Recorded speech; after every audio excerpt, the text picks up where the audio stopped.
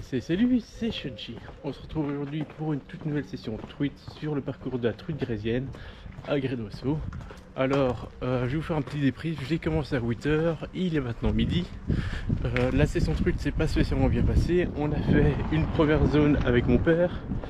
Je vous explique un petit peu comment on pêche la zone. J'arrive à m'en sortir correctement, on va dire, malgré certaines difficultés. Donc voilà un petit peu à quoi ressemble la rivière. C'est une série de trous comme ça, vraiment, c'est une petite cascade. Il y a une zone de courant, donc il y a une première zone où il y a du courant vraiment à l'entrée, on va dire vraiment fort, où il y a des trucs qui peuvent être positionnés. Après, sur les 2 mètres derrière, il y a encore du courant, une autre truc peut être positionnée. Et vraiment au bout de piste de courant, il peut avoir une dernière truc de positionner. Donc il y a potentiellement 3 trucs par trou, c'est comme ça que je visualise les choses. Alors ce trou-ci n'est pas spécialement facile d'accès, mais vous allez voir, les autres sont beaucoup plus faciles d'accès. Donc celui-ci, contrairement aux autres, je vais les pêcher en remontant le courant. Ah purée, je me suis déjà accroché sur le fond. Ah, ça va être d'assez gros. Non, premier lancé, premier accro. Ah, ça commence déjà bien. Ça, et mon épisode qui s'accroche ailleurs.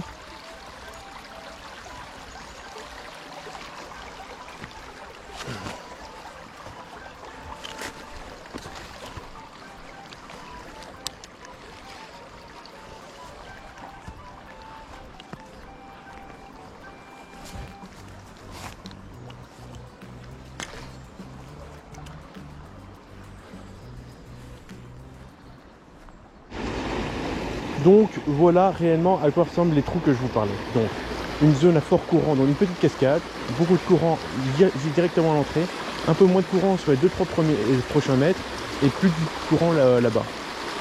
Donc ici, dans le fort courant, c'est vraiment à la cassure qu'on verra les truites. Après c'est un peu plus loin, à gauche, à droite, là où il y a des zones de courant un peu plus fort qu'on pourrait trouver des truites. Et sinon c'est en bout de courant où il y a presque plus de courant qu'on pourrait trouver les zones de truites. Alors moi pour pêcher ces zones-là, j'aime bien lancer en amont et faire descendre mon leurre en aval. Tout simplement parce que mon leurre passe plus vite. En plus l'eau est relativement claire parce que je vois le fond et ça peut faire un effet de surprise. Alors moi j'en profite d'avoir un leurre qui s'accroche peu pour lancer au-dessus de la cascade, essayer de le faire tomber le plus naturellement possible. Normalement là c'est raté dans le creux de la cascade. Pour essayer, alors je le fais pas tout le temps de lancer au-dessus de la cascade parce que c'est quand même un risque de s'accrocher. Vu que j'ai perdu un leurre aujourd'hui, j'ai pas spécialement envie d'en faire un deuxième. Surtout que là j'ai perdu juste avant mon leurre le plus brillant que j'avais. Enfin en tout cas au niveau de mes spinnerbaits. Voilà, donc là j'ai fait 2-3 lancers en amont, j'ai rien vu. Et maintenant ici, les zones où il y a moins de courant, il y a aussi moins de fond. L'idée c'est vraiment de pêcher les bordures. Si y a une truite de postée, elle est certainement postée en bordure. Alors la question c'est, est-ce qu'elles vont être mordeuses ou pas aujourd'hui? Donc la dernière fois qu'il a plu c'était jeudi. Là aujourd'hui on est le mardi 9 août. Donc c'était la semaine passée qu'il avait plu la dernière fois. Hier les températures étaient plus basses que les autres jours. Et aujourd'hui les températures sont déjà plus élevées qu'hier. Donc globalement c'est une bonne question. Si ça ne mord pas au spinner, je vais peut-être partir sur une autre type de vibration, c'est une cuillère classique. Où là j'ai mes chances de me faire accrocher qui sont un peu plus grandes. Mais ça peut aussi faire la différence. J'ai essayé de le faire ici. Ouais, là c'est un beau lancer. Je descends dans la cascade. Et un petit peu au niveau des suivis, je vois rien. Encore un lancer et je change de l'heure. Donc voilà, c'est vraiment ma logique pour prospecter mon cours d'eau. Donc ici c'est vraiment la rivière que je suis en train de. Enfin la zone de la rivière que je suis en train de prospecter, c'est vraiment un enchaînement de cascades comme ça partout. Et je les fais vraiment tous de la même manière. Donc dans l'idéal j'essaie de les prospecter en lançant amont et en pêchant l'aval. Et après voilà. Après j'ai essayé de tourner un petit peu autour s'il n'y a rien. Vu que les spots sont très très marqués ici. On va essayer sur une cuillère rose, comme ça, bien brillante. celle qui m'a rapporté ma truite dans la session précédente, truite justement. Donc voilà, allez, j'arrête le blabla et je vous reprends quand il y a de l'action ou quand je décide de m'attaquer au poste un peu différemment.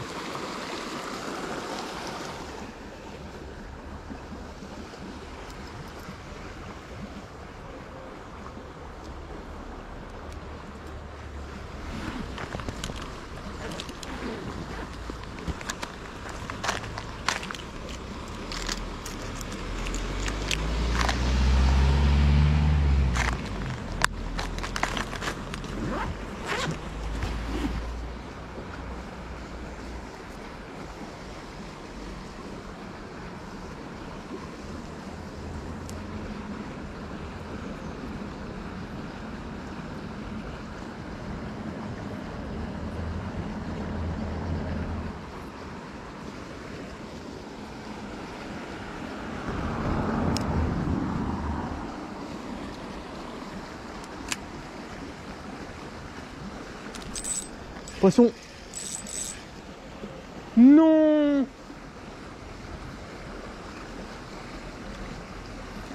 Ah, que je dis, l'effet mouche, ça fonctionne vraiment. Enfin, l'effet mouche. Ah, elle s'est piquée par contre celle-là. Hein. J'ai piqué là. 2-3 petites tweets, c'était plus lent. Ah, raté. Et je vous dis, cette cuillère-là, malheureusement, je sais pas si c'est dû à l'hameçon, mais j'en décroche beaucoup. Après, c'est hameçon simple, hein, donc hameçon simple sans ardillon. Mais décroché, quoi, raté.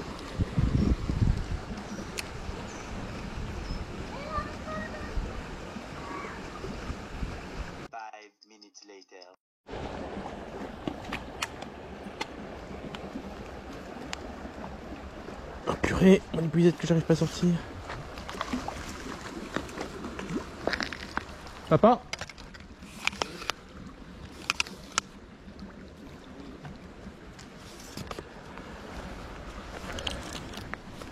Ah bah ça, c'est la plus petite truite fario que j'ai jamais vue. Toute petite. En plus, elle a été bouffée sur les côtés. La pauvre.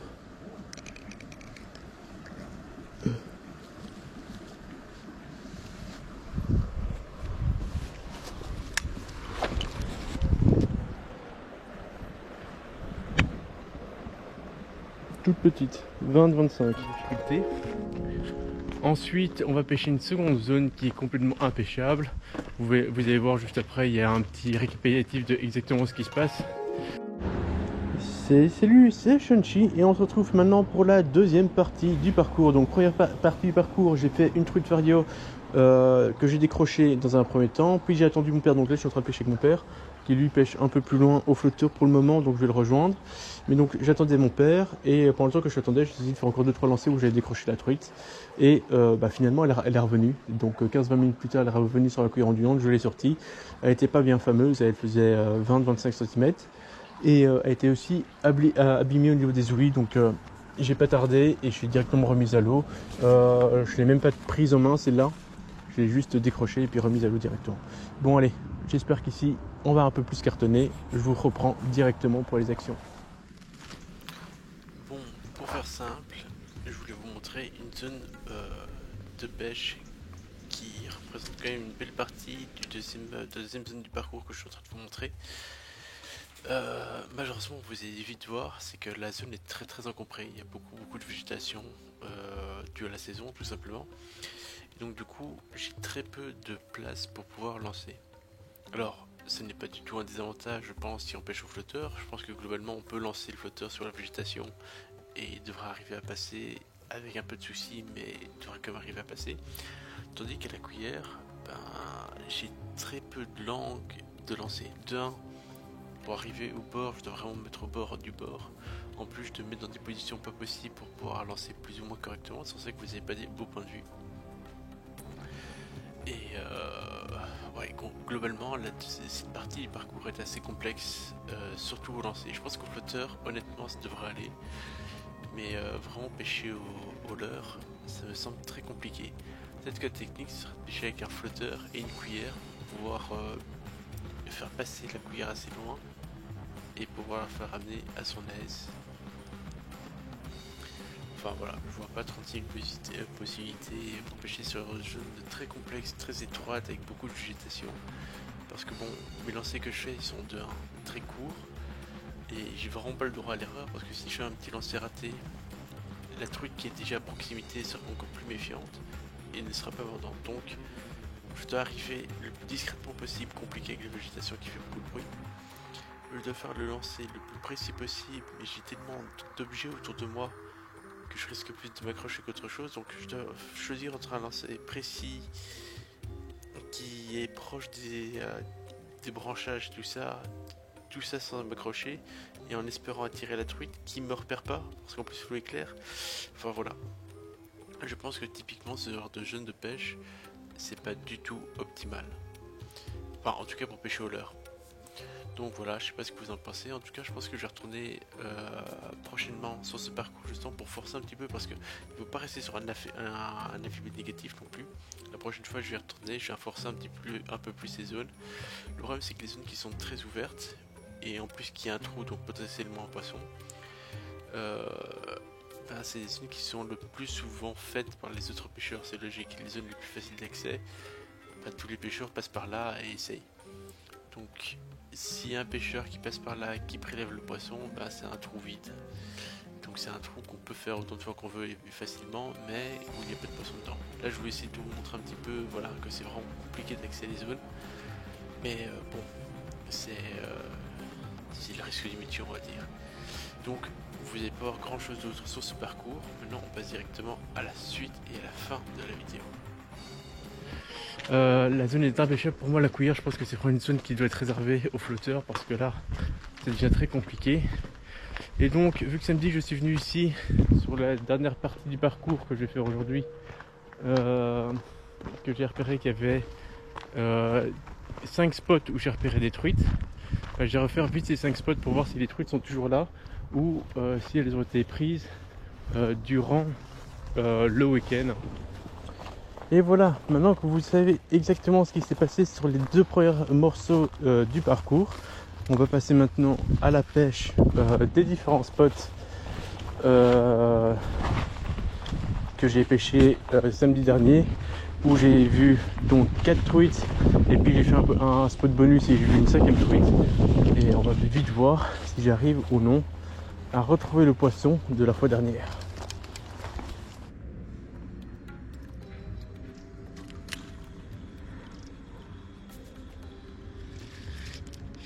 Oui, pas décroché. Ah, j'ai mal ferré. C'était une Ferio. C'était une Ferio, j'aurais dû la sortir pourtant vu que c'était une Ferio. Mais une truite quand même. Bon bah super, belle action.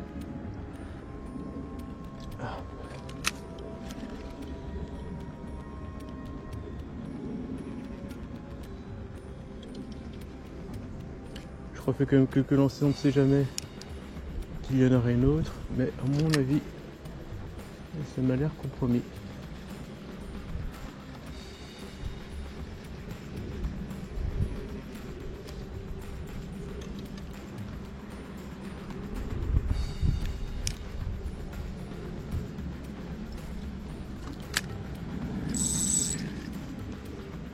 Ah. J'ai cru ramener quelque chose. J'ai effectivement ramené quelque chose, on appelle ça le fond. Allez, je fais un dernier lancer de ce côté-là, je change de leurre.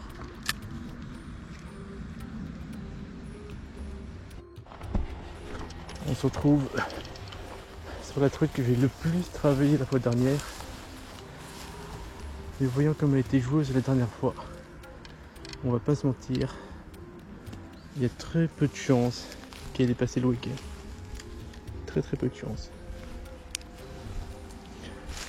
Ça n'empêche qu'on va essayer. Hein.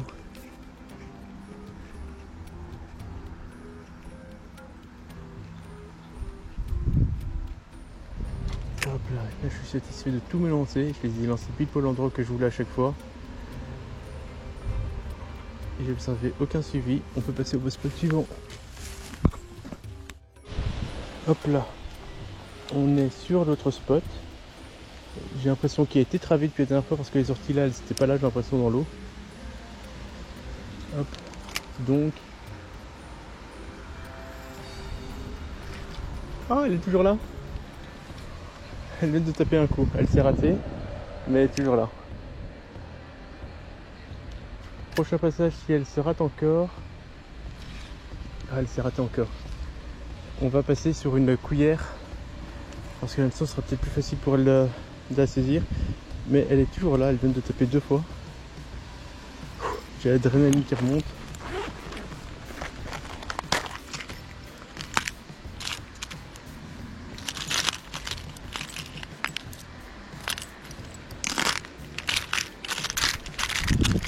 Je vais lui donner des bons souvenirs en lui lançant exactement la cuillère qu'elle a pris la dernière fois.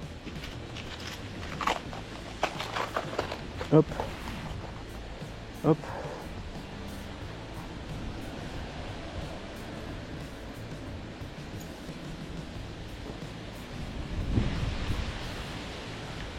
Allez, on relance discrètement.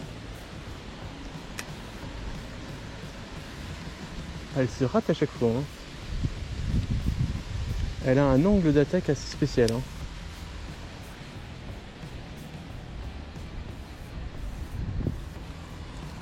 Ok, bah je le ferai pas cette fois-ci non plus.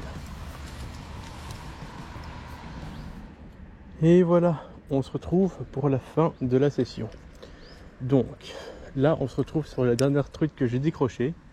Et je vais en profiter pour essayer de la repêcher éventuellement. Mais vu que c'est tout récent le fait que je les décroche, même pas une demi-heure, il y a très peu de chances que je la refasse.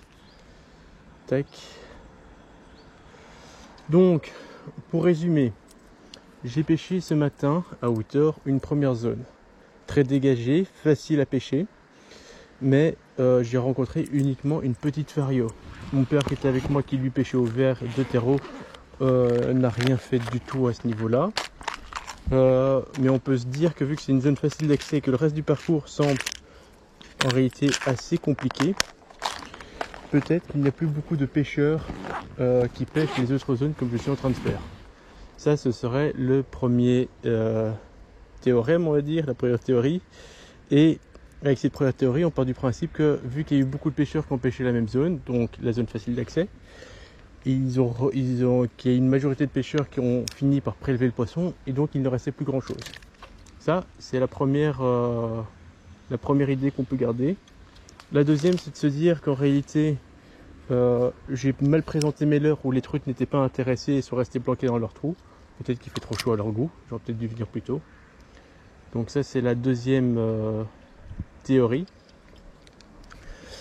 Sinon, après, j'ai changé de zone. Zone qui était pour moi complètement ou quasi impêchable au leurre. Impossible de faire des zones aussi dégagées qu'ici pour pouvoir faire des lancers suffisants, parce que là les lancers que je faisais sur l'autre zone c'était 1 ou 2 mètres grand maximum de lancer, hein. Et que je vous dis grand maximum, c'est vraiment grand maximum. Et donc du coup forcément sur deux zones, j'ai ressenti quelque chose mais je pense que j'ai touché le fond. Forcément sur 2 mètres de fond, enfin sur un lancer de 2 mètres, déjà j'arrive pas à lancer sous le feuillage et tout ça, là où potentiellement se cache le poisson. Donc ça c'est le premier point. Le deuxième point qu'on peut se dire, c'est qu'il n'y a peut-être plus beaucoup de poissons dans la zone non plus. Mais en tout cas pour moi la zone elle est surtout accessible pour des pêcheurs qui pêcheraient au flotteur. Peut-être que j'aurais dû faire un mix, rajouter justement un flotteur à ma cuillère pour pouvoir pêcher la zone plus aisément. Chose que j'ai fait en empruntant la canne de mon père pour essayer de pêcher une zone à la cuillère. Ça marchait plus ou moins correctement. Le problème c'est-à-dire que le poisson va passer dans un premier temps la cuillère pas vraiment en train de pêchante quoi, et puis elle repasse devant elle pêchante mais aussi assez proche de la surface. Donc c'est pas terrible. Et pour finir ma session pour essayer de faire un peu mieux, je suis revenu dans cette zone que j'étais venu pêcher samedi, sachant que maintenant on est mardi. Et il y a peut-être d'autres pêcheurs qui sont passés entre temps, mais en attendant, sur 2 spots que j'avais pêchés, j'ai revu 2 truites. Une truite sûre et certaine, c'était la truite que j'avais vue la première fois, qui a tapé 3 fois mon leurre mais qui n'a pas mordu. Et ici, mais pour moi c'était une arc que j'avais vue la première fois, Il commençait à faire noir, mais là, là tantôt, en tout cas, j'ai décroché une fario dans ce trou-ci. Donc, est-ce que ça veut dire que c'est le poisson de la dernière fois que j'ai confondu que c'était en réalité une fario et que j'ai cru que c'était une arc la dernière fois? Ou est-ce que c'est un nouveau poisson qui a pris sa place? Je ne sais pas. Ou potentiellement, il y a peut-être deux poissons dans le même trou. Donc, ça, c'est le côté théorie. Alors, je vais vite refermer la serre avant de me casser la figure et de me retrouver à l'hôpital. Mais donc voilà, sinon session sympathique, mais rivière vraiment pas facile d'accès, surtout pour pêcher directement à l'heure. Je voulais faire une session où je m'entraînais vraiment à pêcher uniquement aux poissons nageurs, mais encore pour ça, faut-il trouver une zone suffisamment dégagée sur le secteur pour pouvoir pêcher aux poissons nageurs sans risquer de s'accrocher et de les perdre à tout va. Parce que perdre une cuillère à 2 €, ça va.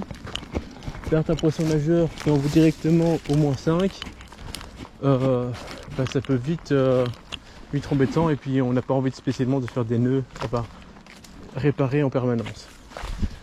Enfin, sur ce les amis, merci d'avoir suivi cette vidéo et je vous dis salut et à la prochaine. Bye.